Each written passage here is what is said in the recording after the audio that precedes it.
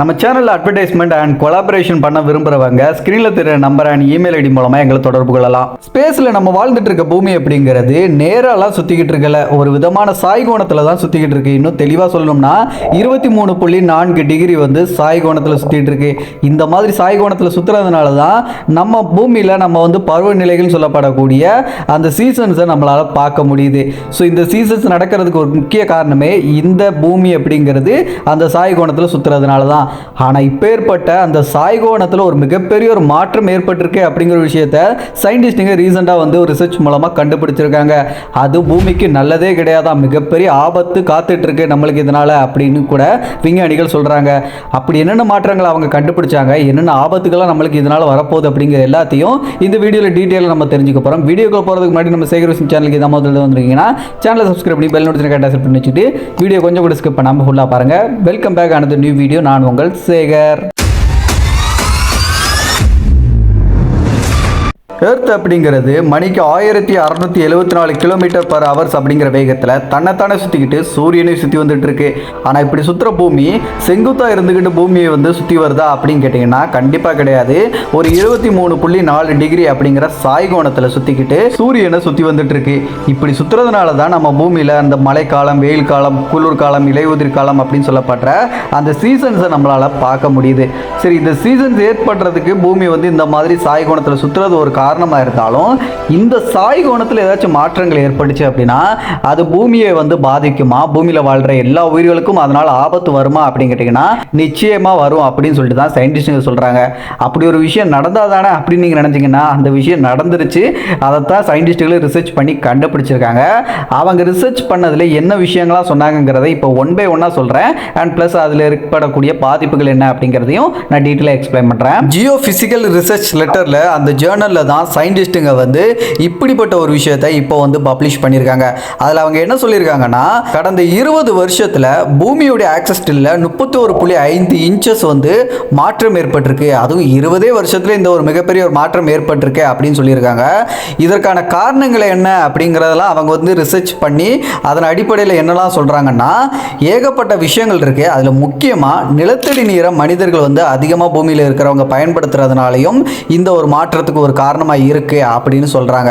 நிலத்தடி நீரை உரியறதுனால எப்படிப்பா பூமியோட ஆக்சஸ் ஸ்டில்ல மாற்றம் ஏற்படும் அப்படின்னு சொல்லிட்டு நீங்க நினைச்சீங்கன்னா இதை பத்தி கொஞ்சம் விரிவா எக்ஸாம்பிளா நான் சொன்னாதான் உங்களுக்கு புரியும். ஒரு ரிப்போர்ட் படி உலகத்தில் இருக்கக்கூடிய மனிதர்கள் ஒவ்வொரு வருஷமும் மண்ணுக்கடியில் இருக்கக்கூடிய நிலத்துக்கடியில் இருக்கக்கூடிய அந்த நிலத்தடி நீரை எவ்வளோ எடுத்து யூஸ் பண்றாங்க தெரியுமா? 75 ட்ரில்லியன் கேலன் நீரை ஒவ்வொரு வருஷமும் போர் போட்டு மோட்டார்ஸ் யூஸ் பண்ணி மனிதர்கள் வந்து பூமிக்கடியில இருந்து வெளியே எடுத்து யூஸ் பண்ணிக்கிட்டு இருக்காங்களாம். இந்த அளவுக்கு அதிகப்படியான நிலத்தடி நீரை நம்ம மனிதர்கள் வந்து போர் போட்டு எடுக்கிறது மூலமா அந்த நிலத்தடி நீர் காலியானதுக்கு அப்புறம் அந்த இடத்துல ஒரு வெற்றிடம் அப்படிங்கிறது உருவாகுது. வெற்றிடம் உருவாக்குறது மட்டும் இல்லாம ஒட்டுமொத்தமா ஒரு நிலப்பரப்புல இந்த அளவுக்கு நிலத்தடி நீரை உறிஞ்சி எடுத்து வெறும் நிலப்பரப்புக்கு அடியில அந்த வெற்றிடம் வந்து அதிகமா இருக்கும் போது அங்க பூமியோட எடை குறையுது அப்படின்னு சொல்றாங்க. அந்த எடை குறையும் காரணமா அந்த இடத்துல வந்து ஒட்டுமொத்தமா பூமியோடைய அந்த சாய்கோணத்துல மாற்றம் ஏற்படுறதுக்கு ஒரு காரணமா இருக்குன்னு சொல்றாங்க. இது இன்னும் எளிமையா நீங்க புரியுற மாதிரி சொல்லணும்னா எடை பார்க்குற தெராசை வந்து எக்ஸாம்பிளா எடுத்துப்போம். அந்த தெராஸில் ரெண்டு பக்கத்துலேயும் சரிசமமான வெயிட் வச்சோம் அப்படின்னா அது பேலன்ஸ்டாக அப்படியே நிற்கும். ஆனால் ஒரு பக்கம் வெயிட்டை நம்ம கூட்டுறோம் அப்படின்னு வச்சுக்கோங்களேன், அந்த கூட்டுற பக்கம் வந்து கொஞ்சம் கொஞ்சமாக வந்து மேல் நோக்கி வர ஆரம்பிக்கும். வெயிட் கம்மியாக இருக்க பகுதி அப்படிங்கிறது கீழே போகும். ஸோ இந்த உதாரணத்தை அப்படியே நம்ம பூமியோட வச்சு பார்த்தோம் அப்படின்னா பூமியோட ஒரு பகுதியில் வெயிட் கூடியும் இன்னொரு பக்கத்தில் வெயிட் குறைஞ்சி அப்படின்னா வெயிட் கூட இருக்க பகுதி கொஞ்சம் கொஞ்சமாக வந்து இன்னொரு பக்கம் அப்படியே பூமியை வந்து சாய்க்க ஆரம்பிக்கும், டில்ட் ஆகும். ஸோ அப்படி டில்ட் ஆகும் போது ஏற்கனவே இருக்கக்கூடிய அந்த சாய்கோணத்தில் மாற்றம் ஏற்படும் இல்லையா? ஸோ அதே மாதிரி தான் இப்போ அந்த ஒரு மாற்றம் ஏற்பட்டிருக்கு அப்படின்னு சொல்லியிருக்காங்க.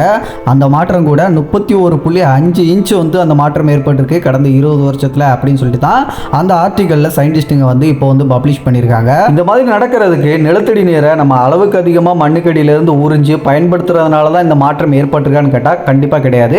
அதை தாண்டி இன்னும் சில விஷயங்கள் இருக்குது.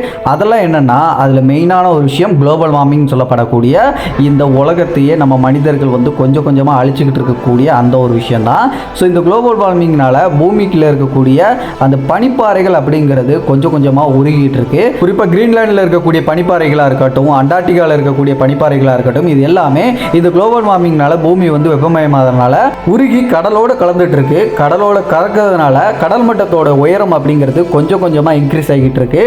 இந்த இன்க்ரீஸ்னால அந்த நீர் அப்படிங்கிறது அதிகமாகிறதுனால தானே அந்த கடல் மட்டம் உயருது. ஸோ அப்போ அந்த இடத்துல வெயிட் அப்படிங்கிறது கூடத்தானே செய்யும். ஒரு பக்கம் நம்ம வந்து நிலத்தடி நீரை உறிஞ்சி வெயிட்டை வந்து குறைச்சிக்கிட்டு இருக்கோம் பூமியோட வெயிட்டை, இன்னொரு பக்கம் வந்து ஐஸ் கட்டிலாம் உருகி நீரோடைய அளவுக்கு கூடி அதோடைய வெயிட் அப்படிங்கிறது அங்கே கூடிக்கிட்டு இருக்கு. ஸோ இதனால தான் இந்த ஒரு பூமியோடைய அந்த ஆக்சஸ் ஸ்டில்ல வந்து மாற்றம் ஏற்படுறதுக்கு இன்னொரு ரீசனும் சொல்லப்படுது. அடுத்த ரீசன் பார்த்தீங்கன்னா மலைகள் மற்றும் காடுகள் அழிக்கப்படுறதுனால மனிதர்கள் தான் இதை பண்ணிக்கிட்டு இருக்காங்க.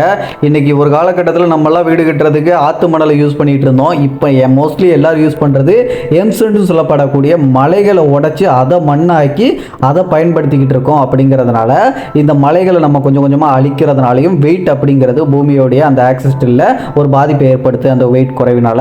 ஸோ பூமியும் கொஞ்சம் கொஞ்சமாக வந்து வெயிட்டை இழந்துகிட்டு இருக்கு. நிறைய பேர் இங்கே வெயிட் லாஸ் பண்ணணும்னு நினச்சிக்கிட்டு இருக்கீங்க, பூமியே வெயிட் லாஸ் ஆகிட்டு இருக்கு கொஞ்சம் கொஞ்சமாக. சரிப்பா, பூமியோடைய அந்த ஆக்சஸ் ஸ்டில்ல மாற்றம் ஏற்படுறதுக்கு இந்த மாதிரி ரீசன் தான் அப்படின்னு சொல்கிறேன். ஆனால் இயற்கையாகவே சில மாற்றங்கள் ஏற்படல, அதுக்கு நம்ம என்ன செய்ய முடியும் அப்படின்னு கேட்டால் அதுக்கு நம்ம எதுவுமே பண்ண முடியாது. ஆனால் இயற்கையை தாண்டி நிறைய விஷயங்கள் நம்ம செயற்கையாகவே நம்ம பூமி அழிக்கிறதுக்கு ஏற்ற மாதிரி நிறைய பண்ணிட்டு இருக்கோம்.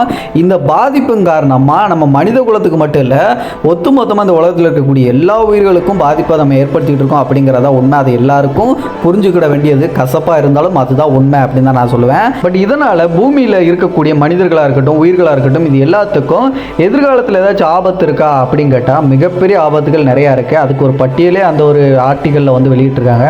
அதில் முதல் விஷயம் பார்த்தீங்கன்னா இந்த பருவநிலை மாற்றம் அப்படிங்கிறது மிகப்பெரிய அளவில் வந்து ஏற்படும். இதுக்கு முக்கிய காரணம் குளோபல் வார்மிங் அப்படிங்கிற ஒன்றும் இந்த பூமியோட ஆக்சஸ் ஸ்டில் மாறுறதுனாலேயே ஒரு ரீசனாக சொல்லப்படுது. முன்னாடியை விட அளவுக்கு அதிகமான புயல்கள் வந்து அதிகமாக உருவாகும் சொல்கிறாங்க. புயல்கள் உருவாச்சு அப்படின்னா கண்டிப்பாக மழைப்பொழிவு அப்படிங்கிறதும் அதிகமாக இருக்கும்.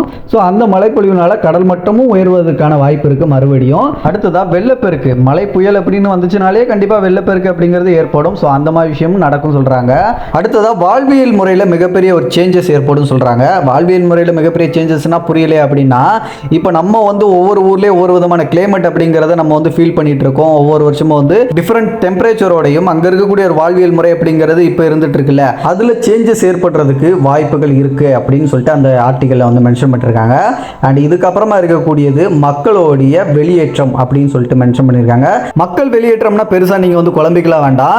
இப்போ ஒரு இடத்துல வந்து நம்மளுக்கு அதிகமாக இயற்கை பேரிடர்கள் ஏற்படக்கூடிய ஒரு நிலப்பரப்பாக இருக்குது, அங்கே இருக்கக்கூடிய தட்பவெப்பநிலை வந்து நம்மளுக்கு உடம்புக்கு செட் ஆகலை, இல்லைனா அங்கே இருக்கக்கூடிய வாழ்வியல் முறையை நம்மளுக்கு வந்து சுத்தமாக சரியப்பட்டு வராது அப்படின்னு சொல்லிட்டு முடிவு எடுத்தோம்னா கண்டிப்பாக இந்த இடத்துலேருந்து வேற ஒரு இடத்துக்கு போகணும் அப்படிங்கிற ஒரு எண்ணம் வரும்ல, அந்த மாதிரியான ஒரு சூழ்நிலைக்கு நம்ம தள்ளப்படுவோம். மக்கள் வந்து அளவுக்கு அதிகமாக மக்கள் வேற ஒரு இடத்துக்கு தேடி அங்கே போய் குடியேற ஆரம்பிப்பாங்க. ஸோ அதுதான் மக்கள் வெளியேற்றம் சொல்லிட்டு அவங்க அடுத்த ஒரு பாயிண்ட் அதில் சொல்கிறாங்க. கடைசியாக லாங் டேர்ம் கிளைமேட் எஃபெக்டாக மாறிவிடும் அப்படின்னு சொல்கிறாங்க. இந்த கொரோனா காலகட்டத்திலலாம் நம்ம வந்து ரொம்ப பயந்துட்டு இருந்தோம் ஆரம்பத்தில், அதுக்கப்புறம் போக போக அதோடு சேர்ந்து நம்ம வாழ பழகிட்டோம்ல இன்னைக்கு, அதே மாதிரியான ஒரு சூழ்நிலைக்கு கடைசியாக வந்து நம்ம தள்ளப்பட்டுருவோம். அந்த ஒரு கிளைமேட் சேஞ்சாக இருக்கட்டும், அந்த மாதிரியான பேரிடர்களை வந்து அதிகமாக சந்திக்கக்கூடிய சூழ்நிலையாக இருக்கட்டும், இது எல்லாத்தையுமே நம்ம கொஞ்சம் கொஞ்சமாக பழகிடுவோம். பட் ஆனால் இது ஷார்ட் பீரியடில் நடக்காது, இது எல்லாத்துக்கும் கொஞ்சம் டைம் எடுக்கும். ஆனால் கண்டிப்பாக அந்த வாழ்வியல் முறைக்கும் நம்ம பழகிடுவோம் அப்படின்னு சொல்லிட்டு தான் கடைசி பாயிண்ட்டாக அவங்க அதில் சொல்லியிருக்காங்க.